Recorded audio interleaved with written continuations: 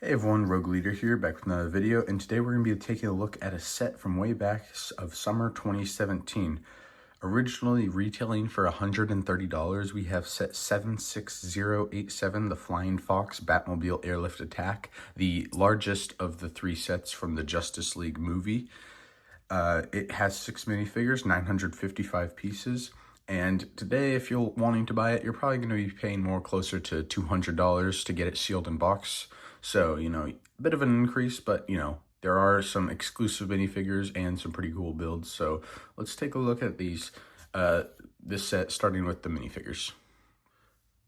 Our first minifigure is Superman, and in my opinion, definitely the least interesting because it is pretty much just the exact same as the one we got for Batman vs. Superman in both the Battle of the Heroes, whatever, the small set, and the Batwing. The only difference is that this one doesn't have dual molded legs, which is definitely a negative. That is, for a $130 set, you would think that they'd get dual molded legs, but no dual molded legs, which is kind of unfortunate.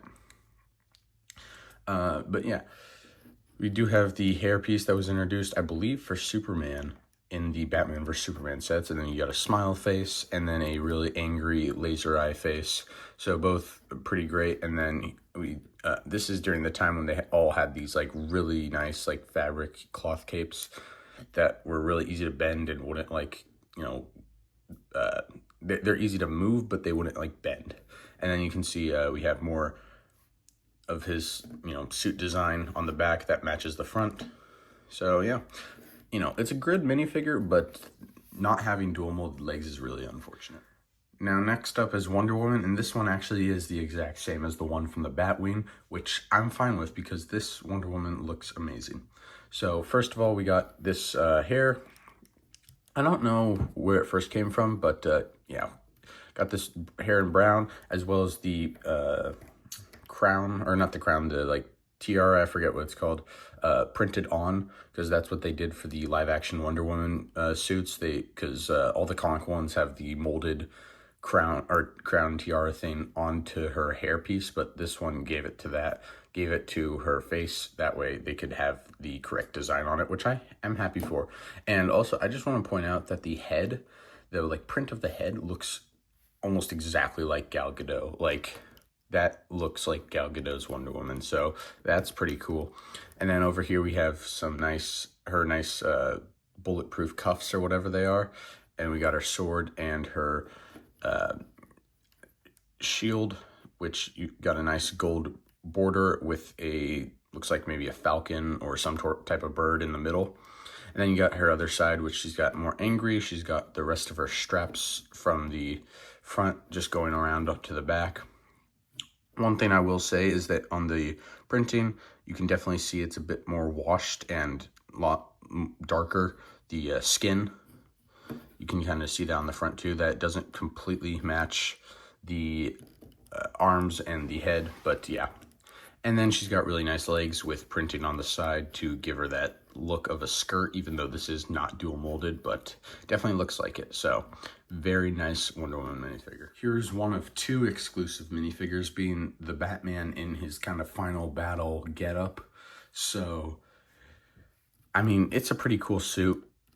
So you got the nice little bat symbol that's kind of like split down the middle, and then you got a lot more black and gold outlines, and just looks a lot more tactical than like the normal bat suit. Then you also have his grappling gun and his batarang. And then you can see that he has like almost like these overalls that connect his up here down to his boots. You can kind of see there's just like some straps and whatnot. He's also got the same cape material as Superman. Here's a look at his backside with more kind of tactical gear and armor, and you can see more pouches for his belt. And then his eyes are actually pretty cool because instead of using white, they used gunmetal gray to kind of give him this darker look, and I think that looks really cool. And then he also has his like a little stubble, because that's what Ben Affleck was rocking in this movie.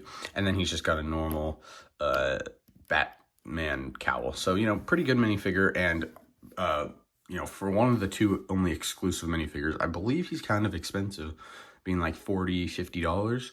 And the next one we look at, Cyborg, is also, I think, roughly that price.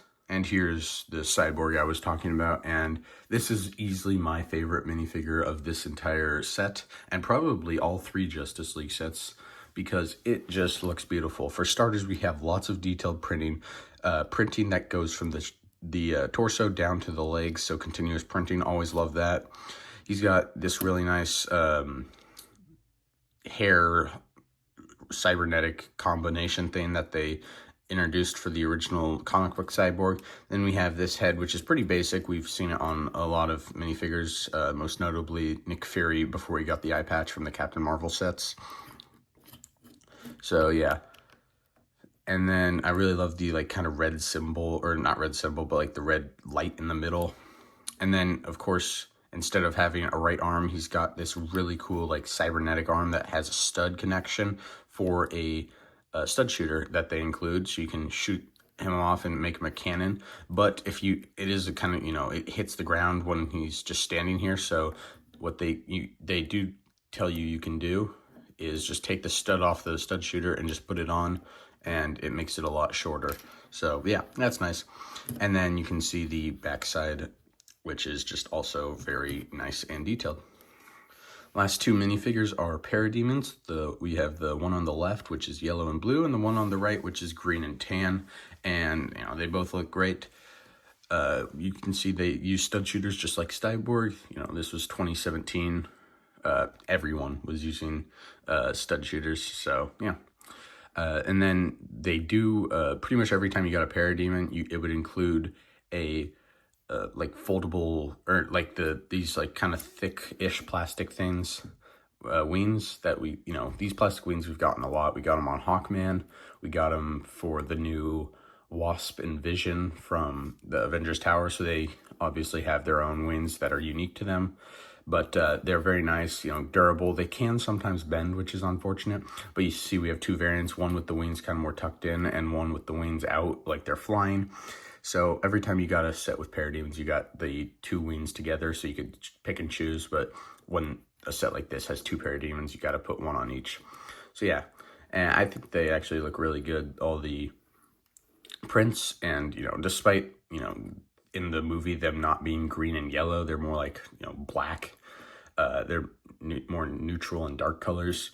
These guys look pretty cool, and I mean, I have quite a few of them, and they're a fun minifigure to army build. So yeah. All right, and our final character is Steppenwolf. Obviously not a minifigure, but I don't really like him all that much. I do like his molded head. Oh, dropped his X. His molded head looks nice, as well as his molded like armor torso piece looks pretty cool, but the rest of him does not. He is really, I mean, compared to a minifigure, he's really tall, but like comparing himself to himself, he looks really short. Like, I don't know what it is, but the legs look like they need to be a few studs longer. The arms don't look bad. I mean, it just looks like there's way too small legs on a way too big torso. So yeah, but it's pretty cool. You got his 3 fingers that you can actually open, and then you can put his nice axe in there. But there's actually no connection over here, so you can only have it in the right hand. Of course, you can move his head, move all his joints, just like a kind of a buildable figure can. But yeah, I think the 2 molded parts for him are great. The axe looks cool, but the rest of him, it does not look great. And I know that this movie went through a lot of reshoots, you know, originally with Zack Snyder, and then with creator of the Avengers, Josh Brolin, I believe. So, you know, they were probably trying to get the set out and working with a bunch of different concept art that maybe not all made it. So that's probably why he doesn't look as great, but still. Again, these 2 parts great. The rest of him, you know, they could have done better, and you can actually, I know there's at least 1 or 2 YouTube videos out there of making him better, which they look really cool. So yeah. Before we start on the Batmobile, I forgot to mention we do get a mother box in this set. Of course, in the movie there are 3, and there are 3 Justice League sets, so you got 1 in each, basically. So we got 1 mother box in here. It's the red version, the dark red one. So yeah, that's pretty cool. But let's take a look at the Batmobile. This one is very cool. I actually very much like it. So basically what they did was they took their design for The Batman vs Superman one they released probably a year and a half prior. They took that design, they refined it, made it better with a lot of new parts, and then they changed it up a little to accommodate the canon and the more accurate look for the Justice League movie rather than Batman vs Superman. So you can definitely tell, like, this is definitely, like, looks almost exactly to the Batmobile we got from Batman vs Superman, just with that cannon. So to open it up, you do actually have to take the cannon off, which is pretty simple. It's just connected by a few studs, you can see. And then open this up.